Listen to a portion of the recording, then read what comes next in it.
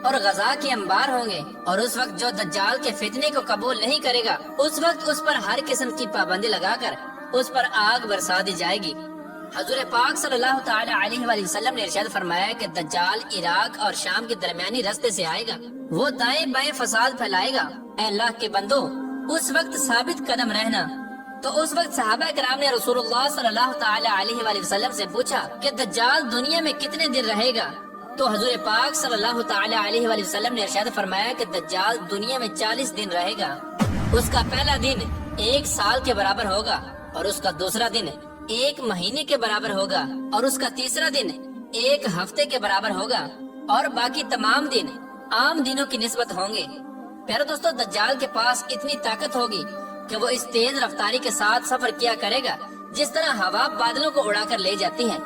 چنانچہ اسی دوران دجال ایک قوم کے پاس آئے گا اور اپنے آپ کو خدا ماننے کی دعوت دے گا، تو وہ لوگ اس پر ایمان لے آئیں گے اور اس کی بات مان لیں گے۔ لہذا دجال ان سے خوش ہو کر آسمان کو حکم دے گا، جس کے نتیجے میں آسمان سے بارش ہوگی، اور زمین کو حکم دے گا تو وہ پیداوار اگائے گی۔ سو جب اس قوم کے مویشی شام کو واپس آئیں گے تو وہ اس حال میں ہوں گے کہ ان کے پیٹ بھرے ہوں گے، اور ان کی کوہانیں اوپر اٹھی ہوئی ہوں گی، اور ان مویشیوں کے پیر پھیلے ہوئے ہوں گے۔ اس کے بعد دجال ایک دوسری قوم کی طرف جائے گا اور ان کو بھی اسی طرح اپنے خدا ہونے کی دعوت دے گا، لیکن وہ لوگ اس کو خدا ماننے سے انکار کر دیں گے اور اس کی بات کو قبول نہ کریں گے، جس کے نتیجے میں دجال ان سے ناراض ہو کر واپس چلا جائے گا، جس کے بعد وہ لوگ قحط سالی کا شکار ہو جائیں گے اور ان کے مال و دولت میں سے کوئی بھی چیز ان کے پاس نہ بچے گی۔ اسی دوران دجال ایک بنجر زمین کے پاس سے گزرے گا،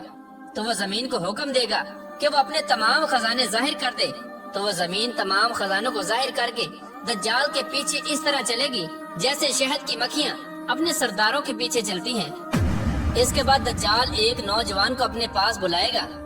اور اپنی تلوار سے اس نوجوان کے 2 ٹکڑے کر دے گا۔ اس نوجوان کے جسم کے دونوں ٹکڑے اتنی دور جا کے گریں گے جتنی دور ہدف پر مارا جانے والا تیر جا کر گرتا ہے۔ پھر دجال اس مقتول نوجوان کو پکارے گا تو وہ نوجوان اٹھ کر اس کے پاس آ جائے گا۔ دجال کے فتنوں کا یہ سلسلہ ابھی چل رہا ہوگا کہ اللہ تبارک و تعالی حضرت عیسیٰ علیہ السلام کو وہاں پر بھیج دے گا۔ اس وقت دجال حضرت عیسیٰ علیہ السلام کی سانس سے اس طرح پگھلے گا جس طرح نمک پانی میں پگھلتا ہے۔ پیارا دوستو، دجال کے پاس اتنی طاقت ہوگی کہ وہ وقت کو حکم دے گا تو وقت اس وقت رک جائے گا، اور وقت کا رک جانا اس کے جادو کی وجہ سے ہوگا، کیونکہ صحابہ کرام نے حضور پاک صلی اللہ تعالی علیہ وآلہ وسلم سے پوچھا، یا رسول اللہ صلی اللہ تعالی علیہ وآلہ وسلم، جب وقت رک جائے گا تو اس وقت ہم نمازیں کتنی پڑھیں؟ تو نبی کریم رؤوف رحیم صلی اللہ تعالی علیہ وآلہ وسلم نے ارشاد فرمایا کہ وقت کا اندازہ کر کے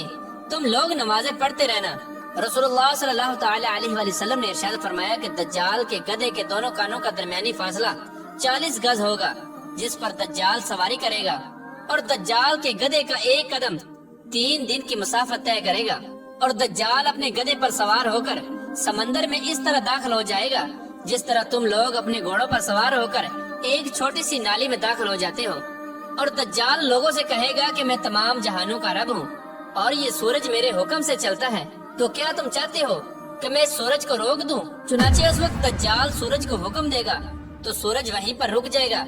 یہاں تک کہ وہ ایک دن، ہفتے اور مہینے کے برابر ہو جائے گا۔ اس کے بعد دجال لوگوں سے کہے گا کہ کیا تم چاہتے ہو کہ میں اس کو دوبارہ چلا دوں؟ تو لوگ کہیں گے کہ ہاں۔ چنانچہ وہ سورج کو حکم دے گا تو وہ اتنا تیز چلے گا کہ ایک دن 1 گھنٹے کے برابر ہو جائے گا۔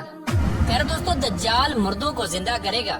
دجال کا فتنہ اتنا وسیع ہوگا کہ وہ جس کو چاہے گا اس کو مار دے گا اور جس کو چاہے گا اس کو زندہ کر دے گا۔ تو اس وقت لوگ اس کے اس فتنے کے اندر مبتلا ہو کر اس کو خدا مان لیں گے اور اللہ تبارک و تعالیٰ کی وحدانیت کا انکار کر دیں گے، اور اس طرح وہ بدبخت لوگ شرک کے اندر مبتلا ہو کر کافر ہو جائیں گے۔ حضرت عبداللہ رضی اللہ تعالیٰ عنہ بیان فرماتے ہیں کہ دجال کی سواری اتنی بڑی ہوگی کہ دجال کی سواری کے دونوں کانوں کے سائے میں 70,000 افراد آ جائیں گے۔ پھر دوستو، اس روایت سے بخوبی اندازہ لگایا جا سکتا ہے کہ جس دجال کی سواری اتنی بڑی ہوگی وہ دجال خود کتنا بڑا ہوگا۔ پھر دوستو، پوری دنیا کے اندر فتنہ پھیلانے کے بعد دجال مکہ کی طرف جائے گا اور مکہ میں داخل ہونے کی کوشش کرے گا، لیکن اللہ تبارک و تعالیٰ کی طرف سے وہاں پر ایک نگہبان فرشتہ مقرر ہوگا جو دجال کو داخل نہ ہونے دے گا۔ اس وقت دجال ایک زوردار چیخ مارے گا جس کی آواز سن کر مکہ میں رہنے والے تمام منافق لوگ باہر نکل آئیں گے اور دجال کی جماعت کے ساتھ شامل ہو جائیں گے۔ اس کے بعد دجال مدینے کی طرف جانے کی کوشش کرے گا، لیکن وہاں پر بھی اللہ تبارک و تعالیٰ کی طرف سے ایک نگہبان فرشتہ مقرر ہوگا جو دجال کو مدینہ میں داخل نہیں ہونے دے گا، اور وہاں پر بھی دجال ایک دردناک چیخ مارے گا جس کی وجہ سے مدینے میں رہنے والے تمام منافقین لوگ باہر نکل آئیں گے اور دجال کی جماعت کے اندر شامل ہو جائیں گے۔ پھر دوستو اس کے بعد دجال فلسطین کی طرف روانہ ہو جائے گا۔ فلسطین میں جب وہ مقام لط پر پہنچے گا تو اس وقت حضرت عیسیٰ علیہ السلام وہاں پر ظہور پذیر ہوں گے اور اپنے نیزے کے ساتھ دجال کو ہلاک کر دیں گے۔ پھر دوستو اس طرح دجال کے فتنہ کا خاتمہ ہوگا اور اس طرح اللہ تبارک و تعالیٰ ایمان والوں کا امتحان لے گا۔ جو لوگ سچے مسلمان ہوں گے وہی لوگ اس امتحان کے اندر پاس ہوں گے، اور جو لوگ منافق ہوں گے اور جو برائے نام مسلمان ہوں گے وہ دجال کے فتنے کے اندر مبتلا ہو کر جہنم کے مستحق قرار پائیں گے اور ہمیشہ ہمیشہ کے لیے جہنم کا ایندھن بن جائیں گے۔ اللہ تبارک و تعالیٰ سے دعا ہے کہ اللہ تبارک و تعالیٰ قرب قیامت میں ظاہر ہونے والے تمام فتنوں سے ہمیں نجات عطا فرمائے اور ایمان کے ساتھ حضور صلی اللہ تعالی علیہ وآلہ وسلم کی محبت کے اندر جینا مرنا نصیب فرمائے۔